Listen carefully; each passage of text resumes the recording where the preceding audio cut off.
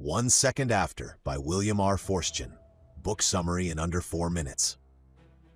1 Second After imagines how quickly modern life can unravel when the systems people depend on suddenly stop working. The novel centers on a small North Carolina mountain community after an electromagnetic pulse disables most electronics, vehicles, communications, and the power grid.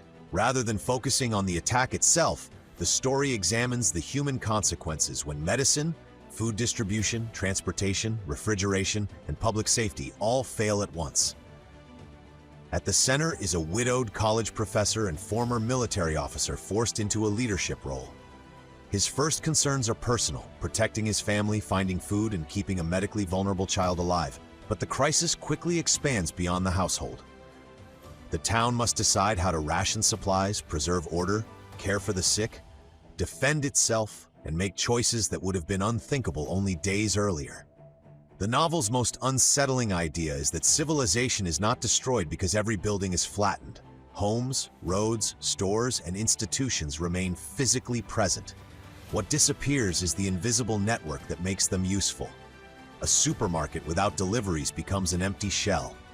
A hospital without electricity or medicine loses much of its ability to save lives. Cars become obstacles. Money becomes less valuable than food, fuel, medicine, and practical skills. As shortages deepen, the community changes. Neighbors organize rationing, gardening, sanitation, security, and basic medical care. Older technologies and forgotten skills regain value because they can function without advanced electronics. Hunger and disease become more dangerous than the original attack. The book stresses that technological collapse is not one dramatic event, but a chain reaction, with each failed system making every other failure worse. Leadership becomes one of the story's central moral problems. Those in charge must balance compassion against survival. They cannot help everyone, and every limited resource creates painful choices. The novel asks whether fairness means treating everyone equally or using scarce supplies where they have the best chance of preserving the community. It also explores how democratic habits can strain when fear and scarcity replace stability. Another major theme is preparedness. The story is not simply arguing for stockpiles or survival gear. It presents resilience as a combination of knowledge, relationships, local cooperation, leadership, agriculture, medical planning, and the ability to function without complex technology. The community survives because people organize, improvise, share skills, and accept responsibilities they never expected to carry. The emotional core of 1 Second After is loss.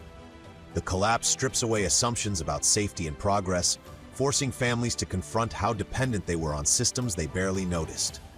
Preventable deaths become reminders that modern civilization rests on fragile layers of infrastructure. By the end, the novel offers cautious rather than triumphant hope. Survival does not mean returning quickly to normal. It means preserving enough knowledge, trust, discipline, and humanity to begin rebuilding. 1 Second After works as both a disaster novel and a warning about systemic vulnerability. Its larger message is that civilization is more interconnected and therefore more fragile than it appears, and resilience depends as much on communities and shared responsibility as on technology.